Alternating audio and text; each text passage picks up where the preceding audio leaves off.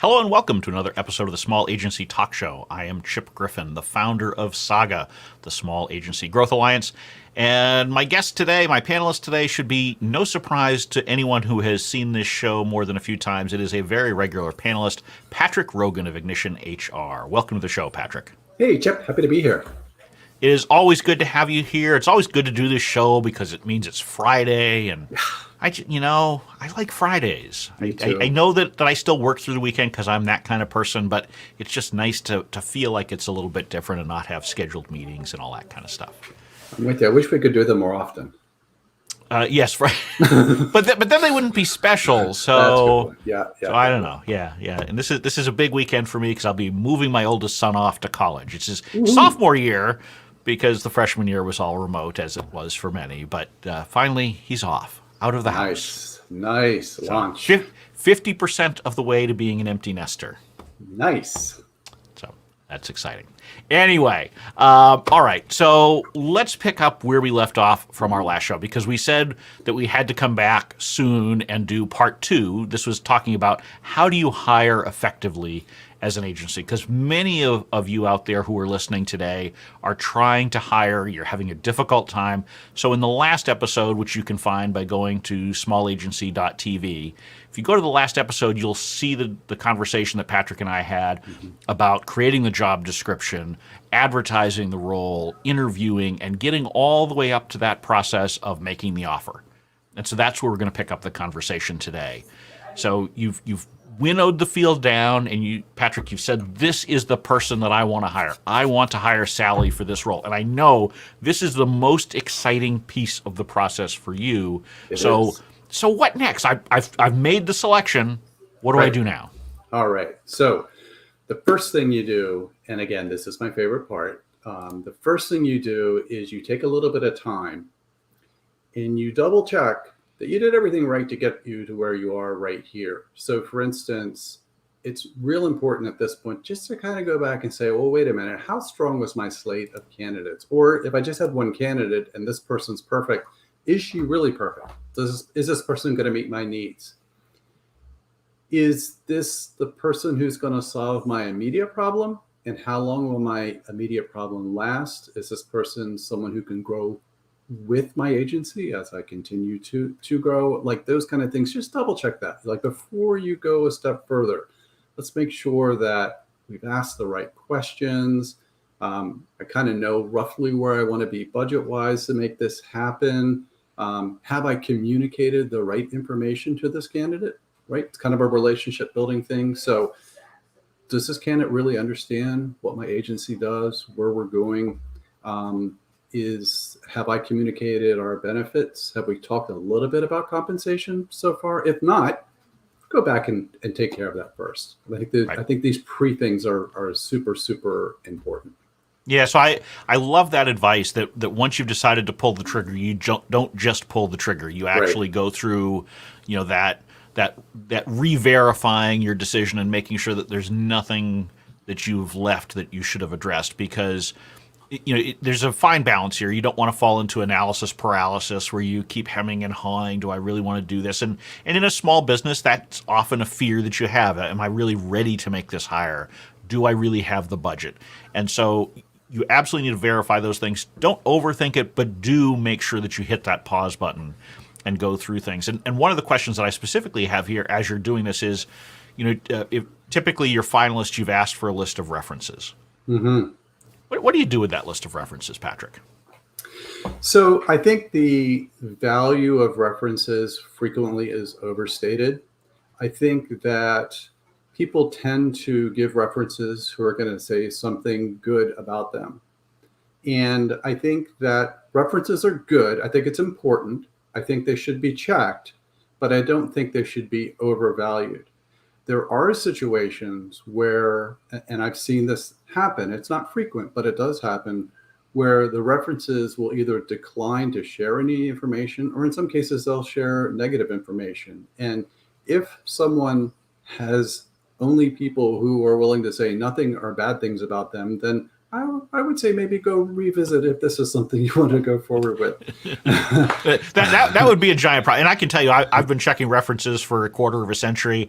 Yeah. I think I could probably, I'm not even sure that there's a specific single case I could point to where I got negative information from a listed reference. Now, there have been cases where I've called someone that I knew who knew the candidate who then gave me honest feedback. But I don't think I've ever gotten that traditional list of 3 references where I've called them and they gave me something negative. Now, they might not call back if they've got something negative to say, but they very rarely have, that I can remember, have shared it. So I've had it shared. It's been very rare. More often than not, you ask a question and the initial response is something like this. Right. Well, it's kind of like, what are the words I can convey that aren't going to get me sued? You know, right. It's like, well, and we could have a separate conversation at some point. What happens when you get called for a reference from a former about a former employee? Right. And very early in my career, I had a circumstance where I was called for a reference for someone who I had terminated. I have no idea, and terminated for cause. Wow. I do not understand why I was listed as a reference for someone that I terminated for cause. That's not very bright. But also, I am of the very cautious mindset based on all the advice I've ever been given by lawyers and HR folks. So I generally will not convey negative information specifically when called for a reference. And so I simply kept repeating over and over to the person, I really wish I could tell you more. Yes. That's and that pretty much conveyed what I needed to convey without actually saying anything that could get me in trouble. And that does communicate a lot. And I think you need to be attuned to that when you're checking references. But again, even if you get stellar references, that doesn't necessarily mean it's a stellar employee. But if you get very opaque references or some tinge of negativity, I would pay very close attention to that. So it's kind of like you have not much to gain, but a lot to lose. It's kind of the way I look at it. I mean, to me, I'm more interested in who they've listed as references. Right. So first, I want to make sure that they can give me 3 references, and I'm also interested in who they are, because if they're giving people who appear to be more friends or coworkers or those kinds of things as opposed to former supervisors, that often tells you something. Now, the earlier they are in the career, the less that tells you, right? Because if they've only had one real job, they're probably not going to list their current supervisor as a reference. But you can learn a little something by who they've decided to use as their references. But again, don't read too much into it. It's really more check the box, make sure they've done it, give them a call, make sure these people actually exist, and then, make your own independent decision. And the agency world isn't ginormous. Like if you know someone who worked with this person, or someone who knows someone else who worked with this person, that's probably the best reference you can get. Someone you know and trust who can share information. And there's nothing wrong with having that conversation. Absolutely. I mean, obviously, you want to be careful. You don't want to ask someone who's at their present place of employment, and you might be effectively ratting them out. Yes. But I mean, we've got a tool right in front of us, LinkedIn. Just go to LinkedIn. Put the potential hire's name in, see who's a shared connection, call that person up and say, hey, what can you tell me about so-and-so? I mean, that is going to be far more valuable to you in your decision-making process than anyone that they've voluntarily listed. Totally agree. All right. So we've vetted it. We've sat back. We thought it through. We're convinced. We're going to make an offer. We even have in mind how much we want to offer. Right. What now? We have 3 things we need to do still, and it's important they be done in the right sequence. The first thing we need to do is have a conversation, Zoom, in person, on the phone, however you want to do it, a pre-conversation, which is going to go along the lines of, let's talk about, I think we're going to be able to extend you an offer. Let's talk about this ahead of time. The second piece is going to be a separate conversation, is going to be extending a verbal offer. A third piece is going to be sending an offer letter, usually in PDF format. If I had a nickel for every time I've had a client start with the PDF offer letter that gets mailed and sometimes text message to a candidate before the other 2, I would be doing quite well. But that's the last piece. So just remember the sequence is important. So why don't we talk about the Yeah, and I pre-offer think honestly, I conversation? think that's the most important thing that someone watching today's episode can take away. Yeah, The offer letter is at the end of the offer process. right, It is after you've already had a meeting of the minds with your job candidate right. about them taking the role, about the title, about the compensation, about any other important details. The offer letter should have not a single new piece of information Oh, because it is the last piece of the process. So, if it's the last piece of the process, what's the first piece of the process and what does it look like? okay. So now we're not going to talk about the icing. That's the offer letter itself. We're Yep. going to talk about what makes up the cake here. This pre-offer conversation, I think, is absolutely critical. The first thing is to convey that, look, want to let you know we're really impressed with your background and we think you should add some value to our organization. I'm interested in you. We're interested in you. I think that's the most important piece. The second is you want to say, hey, look, we've gone back and forth. We've provided information. You've asked questions. What additional questions do you have that I can answer for you? Because there could be some big ones out there that just haven't been covered. So get that out there. I would say 50% of the time when I ask that question, there is a question that comes to me that I did not anticipate, and you can kind of flush that out. That's really, really important. The next thing that I recommend is this shouldn't be the first time this has come up, but it should be maybe the second or third time this has come up. But if it's the first, it's okay. Reconfirm what their compensation expectations are. If you haven't done so already, a brief overview of your benefits is really important. You can do it in a PDF, like a little summary thing is fine, but make sure they're going to be able to do an apples to apples comparison. If there's any variable compensation, make sure if there's a bonus potential or other type of compensation that they need to know about. If you have something that you're going to give them, make sure they value that and it's a part of the conversation.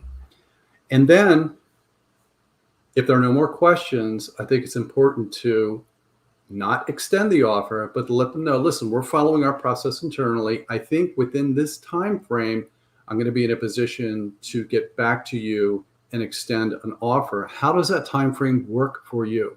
That's a key question, because it could very well be they're sitting on another offer and they need to know back within 24 hours. Right. On the other hand, maybe they're not. They have some flexibility. But you don't want to extend that offer right away, because you want to convey to them that you have a process and there are steps that are being followed. And when this offer comes, this is a big deal. This isn't something you just threw together. This isn't going to be off the top of your head. This is part of a process that's been ongoing. And I think that time component is really, really important. Does that make sense?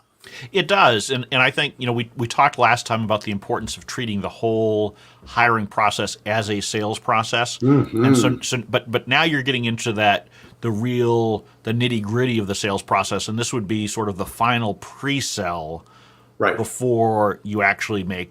I don't want to say the hard sell, because I don't believe in hard sells in either hiring or in selling your agency services, but the firm decision point that you're about to come to. And so you're really sort of building the momentum behind the offer that you're making, and you're making sure that it's in line with what they're expecting, so that the offer, once formally extended, there are no surprises. Yeah, I totally agree with that. And I think by the end of this pre-offer conversation, you should have this pretty well buttoned up. So you should know, on the basis of, you should have conveyed in this conversation your company's interest in bringing this person on board. There should be no question in their mind that there's a high level of interest here. You should also have a real good feeling if they're really interested in this position. If you question whether they're interested in this position as a part of this conversation, hit pause. Mm-hmm. Find out why they're not interested as much as you feel they should be. There could be a piece of misinformation they got from somewhere else, and that's leading to. Find out what that is. Get that worked out. Extending the verbal offer and the offer letter itself, that should be a foregone conclusion. This person is going to accept that. The purpose of this conversation is to vet that out. So, Is this compensation? Is this range really good for you? When we first talked about this, you didn't know what our benefits were or what our bonus potential was. Now that you know that, does this all make sense to you? What am I missing that I should be sharing to you that will make this just the easiest decision in the world for you? Get those kind of conversations, just kind of get that along. So now we have that straight. We have a reasonable certainty. If we don't totally botch up the next piece when we extend the offer, we're probably going to get an employee. So let's extend the offer. We've softened the ground. We've made sure that we've got the expectations. How do I actually extend the offer? So give me an example. What does it sound like? You're offering me the role. How does this sound?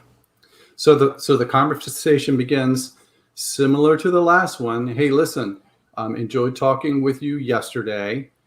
Since we spoke, I have all the approvals and everything I have needed to extend you an offer for this position. And that's what I want to talk about today. But before I do so, do you have any additional questions that we didn't talk about yesterday? 9 times out of 10, the answer to that is going to be no, I don't have any additional questions. And then the response is, all right, let's do this. Because at that point, they're just itching. They want to hear what the number is, right? Let's do this. We make all this big deal about everything that's involved in a job decision, the title and the benefits and all that. And those do matter. But ultimately, at this point now, I want to hear your number. Yeah, exactly. So then I'm happy to extend an offer to you to be a whatever title, senior designer in our organization, working at home in the San Francisco office, wherever, for a salary or hourly rate. If it's a senior designer, it's probably a salary of X dollars per year. And you will be reporting to me or our director of design or whoever. I'm going to send you a PDF with the details of this offer. Do you have any questions that I can answer for you right now? Questions again, because now it's going to be questions about the offer itself. Right. No, don't have any questions. Great. How much time do you think you're going to need to make a decision? And I think this is critical. I think this piece gets left out a lot. And normally the response is, can I think about it over the weekend? If it's late in the week, can I have a few days or whatever? Whatever they ask for in terms of a reasonable time period to make a decision, I always give them a little bit more. So if they ask for 3 days, I give them a week. Or if they now. If they and say, it's tough because we all want to rush through this process, right? Because we are now excited, and it's like once you decide to go buy some new thing or what, you want it to go as quickly as possible. But I think it's really great advice to pump the brakes a little bit, because you want to make sure that this prospective hire is making a decision that they are comfortable with, because it's a big decision for them. For sure. Yeah. And the last thing you want is to put pressure on them to say yes. Because one of two things may happen. They may say yes when they didn't really want to, or they may say no because they felt rushed and they didn't want to move that quickly.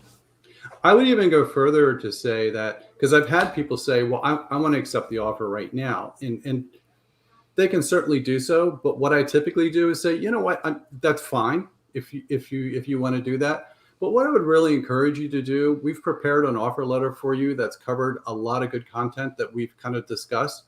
Why don't you take a moment and just review that and let me know in a day or two if that still works for you. I'm in no hurry. We have a key position and we think you're the right person for it. If you want a day or two to make a decision, please take that time. Right. And so you should have that offer letter prepared before you make this call, right? I mean, you might have to make some tweaks based on the conversation, but it should be ready to go so that if they do say, yes, I want to do it, you don't take 3 days to get the offer letter to them, because that doesn't look good either. I like to have the offer letter in their hand within an hour. Yeah. And I always send it as a signed PDF. E-signatures are good to have. It just makes it easier, and it makes you look more professional to do an e-signature, and you're done and you're ready to go. Right. So, okay, let's talk about the offer letter itself then. Yes. What should and should not be included in the offer letter? Because the should not, I think, is just as important, and a lot of people screw this one up. Yeah. So the offer letter itself should not be a huge document. It should cover the basics of the position, who they're going to be reporting to. It shouldn't be more than a page. What should not be in the offer letter are things that you might change over time. So for instance, there's a starting salary or starting hourly rate. That totally makes sense because you quantify it as being starting. You will be eligible for our benefits. Well, I have a lot of clients they'll start listing all the benefits. Right. And so my question to them is, so you never ever intend to change those benefits, right? Oh no, I'm sure we're going to change it. Yeah. Well, I beg you, do not put those details in there. I'm begging you. It is the biggest mistake I see is that people get super specific about benefits, and it is a giant mistake. I always prefer to have you just, refer people back to the handbook or the list of benefits or however you're itemizing it. And I even like to put in there, which may change from time to time or something like that. So there's no misunderstandings here. I like having a benefit summary, a document that's dated for a year, 2021 benefit summary. This is the health insurance. Yep. There's a 401k program.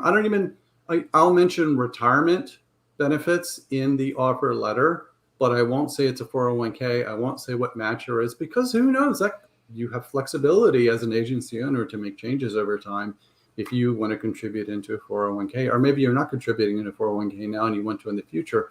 That stuff just doesn't belong on the offer letter. It's an offer letter. It's not a contract. So I think that's important. And I think that's important too, is to not put yourself in the mindset of doing contracts, at least in the United States. I mean, overseas and other countries, it's a whole different ball game in some places. Contracts are standard in other places. Here in the U.S., 99% of agency employees should not have a contract. They should simply have an offer letter. And you don't want to go down the path of contracts, because that can create a giant mess that you have to cope with sometime later on. I've worked with agencies who had contracts that were all conflicting with each other, and that then runs afoul of various regulations that require uniformity of certain benefits and things like that. So do not go down that path of contracts or too much detail. Keep it simple. I love your advice to keep it to a page. I like it as well, and it's just easier and it's simpler. And from a sales perspective, it's a document that just is going to resonate well. It's crystal clear. This makes sense. Yes, I want to do this. That's what you want to get to. Yep. Okay. So now you've had the conversation. You've communicated the offer letter over. They've had a chance to think about it, and they call you back. And at this point, they can do a few things. They can simply say yes. I mean, sometimes they'll actually just sign the offer letter and send it back, and sort of, not even make a phone call. So sometimes they may call back and say, I need some more time. So we have to think about how do we address that when someone asks for more time after they've already had an agreed period of time. And then the third is they may want to negotiate something, typically salary, sometimes title. Sometimes they'll ask for, I'd like an extra week off, or I've already planned this trip that's 2 weeks in December, or those kinds of things. Get those all the time. So let's deal with the more time one, because I think that's the most direct one. So if someone asks for more time after they've had their time window, what's your response? Right. So if the initial time window was something in the neighborhood of a week to 10 days is typically what I would typically see. If someone asks for an extension to that time period, I think it's important to ask the question, why? Like, why do you want an extension? I think that's the appropriate thing to do, because the answer to that question is going to give you the information that will help you determine if you're going to say, yeah, sure, that's fine. We can do that. Or I'm sorry that, this is very important for us. This position is important for us. We think you'd be a real good fit for this role. But the reason you'd like to extend it isn't a reason why I'd like to extend it. So perhaps we should part, if you can't get back with us by end of day, we should each go separate paths. So examples that fit into the former of, I might, there's some type of a medical problem, or, something's happened family-wise, or some extraordinary event that's happened.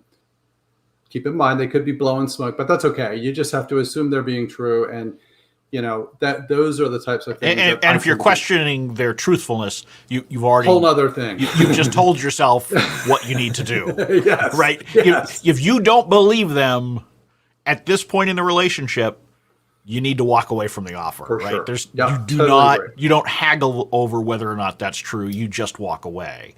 But I think you've made a good point here. Is if it's a truly extraordinary circumstance, Right. that you're like, of course you can have more time because of that.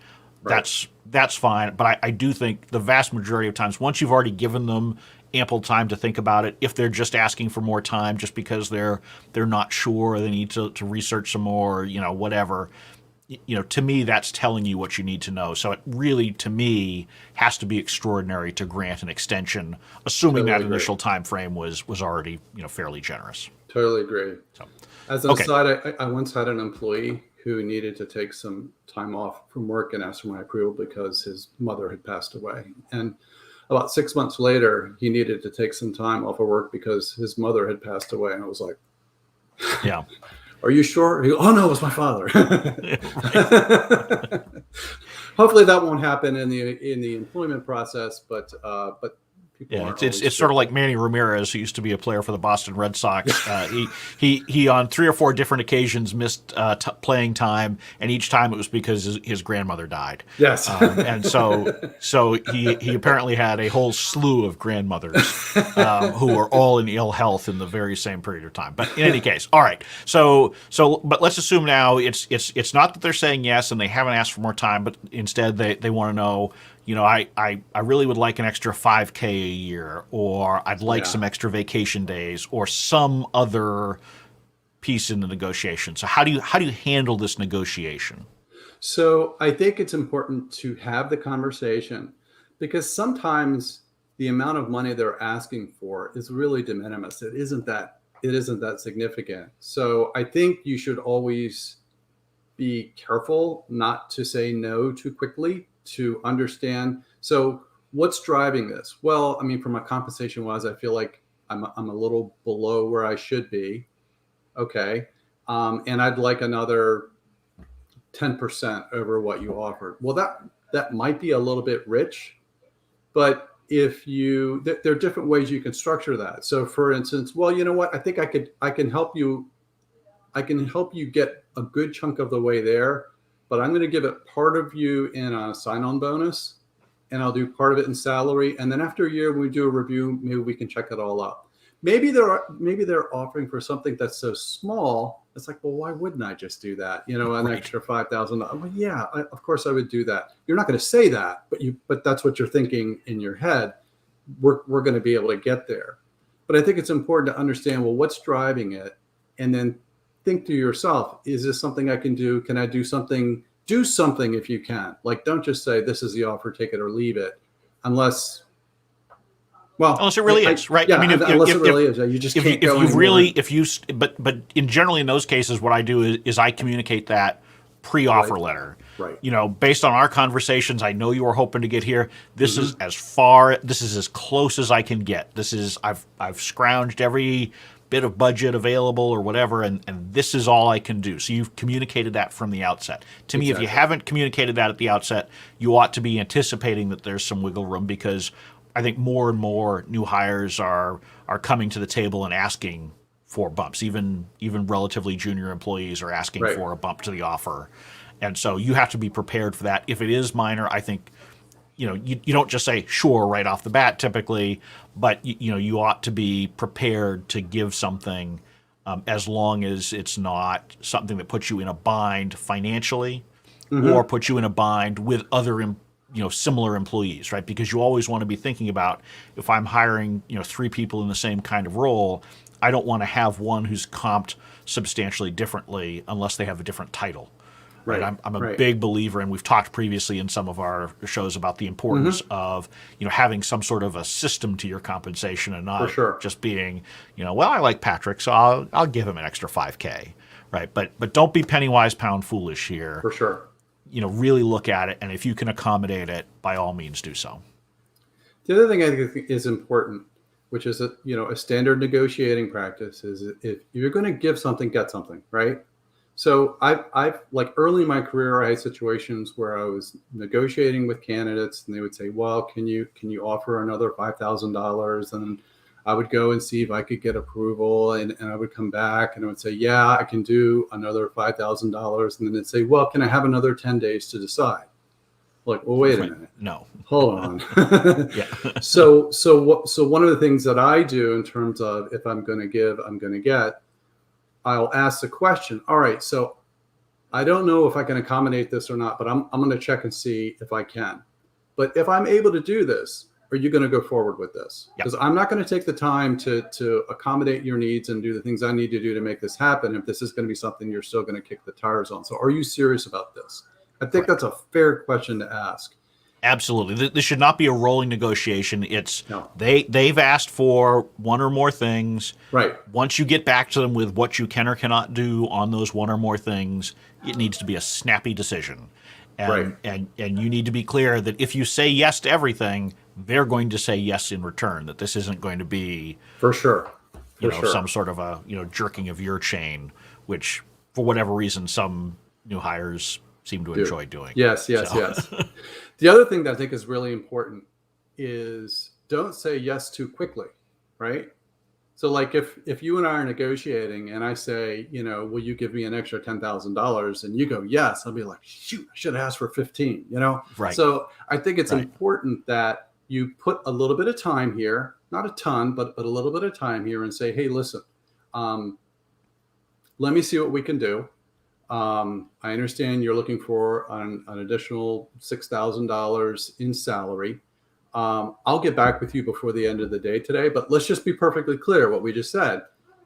Are you ready to move forward if we can accommodate what you've asked for? So you give it a little bit of time, then you get back with them an hour or two later, half a day, whatever. Now, from the future employee's perspective, it's like, all right, I asked for something. They had to work a little bit to get it for me. I'm feeling really good. If I just said, yeah, sure, no problem, then it's like, should ask for more. And this is a balancing act too, because particularly when we're thinking small agencies, typically it's the owner extending the offer. Right. You need to make sure you don't look foolish by saying, hey, I've got to go get approval, because you don't. No, right? you don't. Yeah, and everyone knows that. Right. But things like, but if it's financial, it's an easy one. I need to go back and run the numbers and just make sure that this works, or things like that. Now, at the same time, if it is a true no-brainer, and particularly if it's non-financial, it may be better just to say yes on the spot. If it's something inconsequential, like, I'd like to be able to come in at 8:30 instead of 8 on Fridays. Totally agree. Fine. Or I have a vacation scheduled. I'm going to Hawaii in a month. Can you front load my vacation a little bit, or can I get a couple of extra vacation days? Yeah, sure. Right. I don't need to get approval for that. No, exactly. Yeah. And the vacation one is, I think, right behind financial. That's probably the other big one that I see is I've got a vacation I've already scheduled for 6 weeks from now, or something like that. Can I still do that, right? And my general perspective is you should always try to accommodate those whenever you can. Sure. Now, if it's a 1 month vacation, maybe you have to say, okay, maybe not, or maybe you agree that they can take some unpaid time for a big vacation that's in the near term horizon, or maybe if it's that close, maybe you don't start them until after.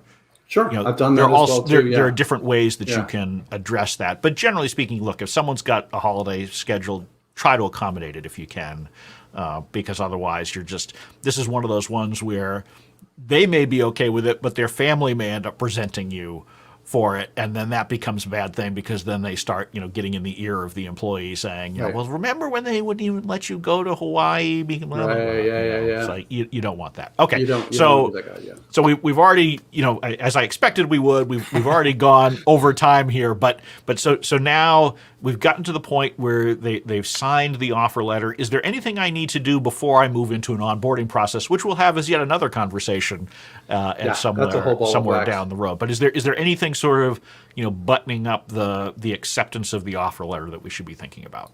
Yeah, I think it's important to immediately. Normally, you're going to get an email or sometimes text message acceptance.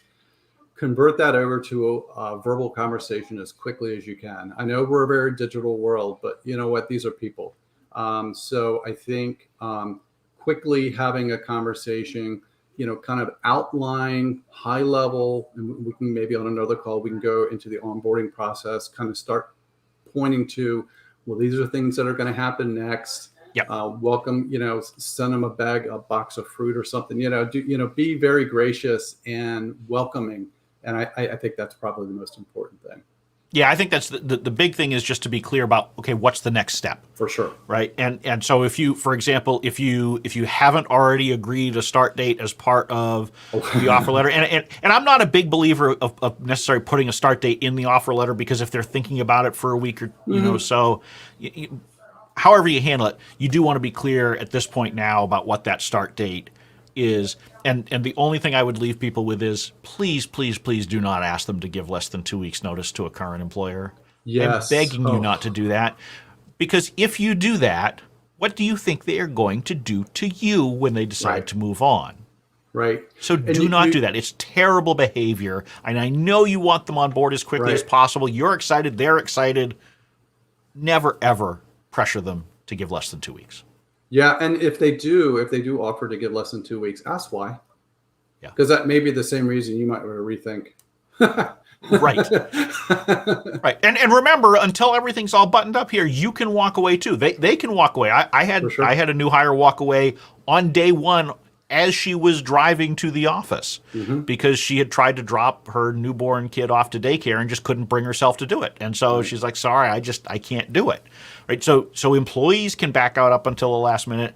And obviously you want to behave, responsibly and ethically as an employer. But if at any point in this offer process, your spidey sense is going off and saying something's not right here, do not be afraid to gracefully walk away yourself, because you don't ever want to have a new employee that you're onboarding and you're not comfortable with it, that you think you made a mistake.